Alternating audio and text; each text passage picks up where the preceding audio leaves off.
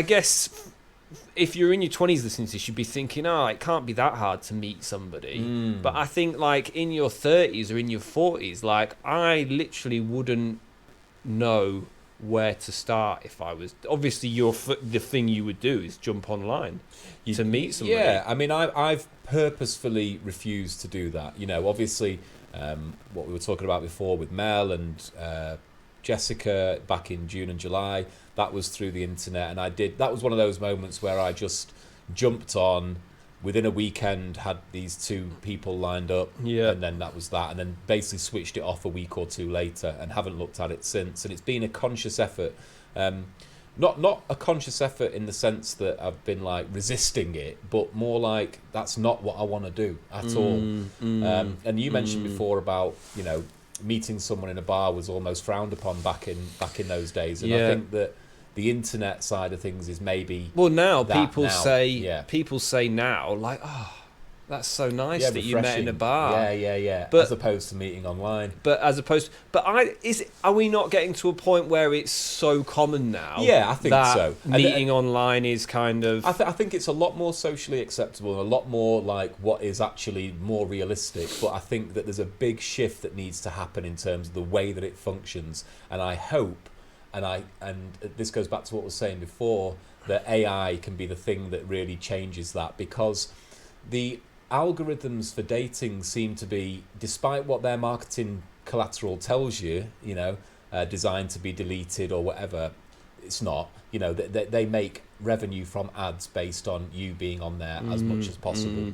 So I think we need to have a bit more... So what you're saying then is that actually the dating game is set up to fail. Is set up to fail. Yeah, because I suppose, like, I mean, like, I go deep into YouTube algorithm at the moment, looking at that, how to optimize videos, and the whole point of that is if your video is making someone stay on the platform longer, that's a good thing. So, and is that's the same then on the dating app? So basically, they just want you to stay on the dating app. Think about it from a corporate marketing point of view. Anybody out there who works in marketing, think about the conversations that you have with your board about your business. It's all about engagement. It's all about reach. And so therefore, if you think about the longer you are on that platform, the more data they're acquiring of you, the more adverts they're selling to you. Yeah.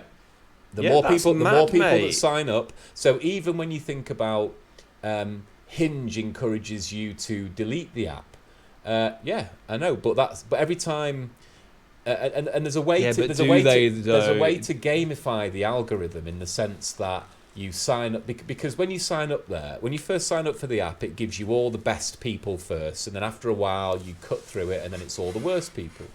But then you delete the app and re-sign in, and you've got all the best people again. So you kind of gamify it. But from a numbers point of view, obviously to them that's a new registration, new registration. Money. So yeah, exactly. Money. So then they go to your their investors. Your data is your money. You go to the investors, and they go to the investors, and they say, look how many new registrations we've had this month. Yeah. And it's improved. So, you know, for those people out there who think that it's set up for you to win, it's not.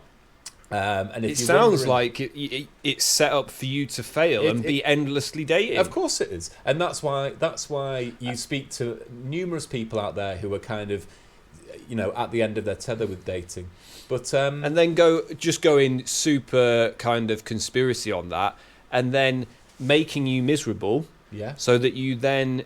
They sell you random shit, materialistic shit that then you buy like to make yourself computers. To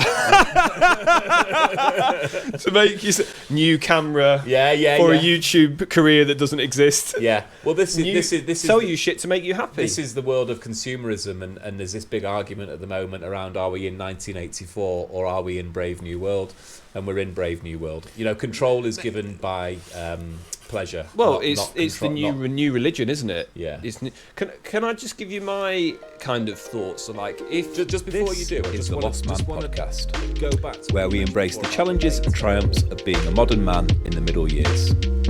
Join us as we explore the rugged path of growing older, wiser, and bolder in a world that's constantly changing.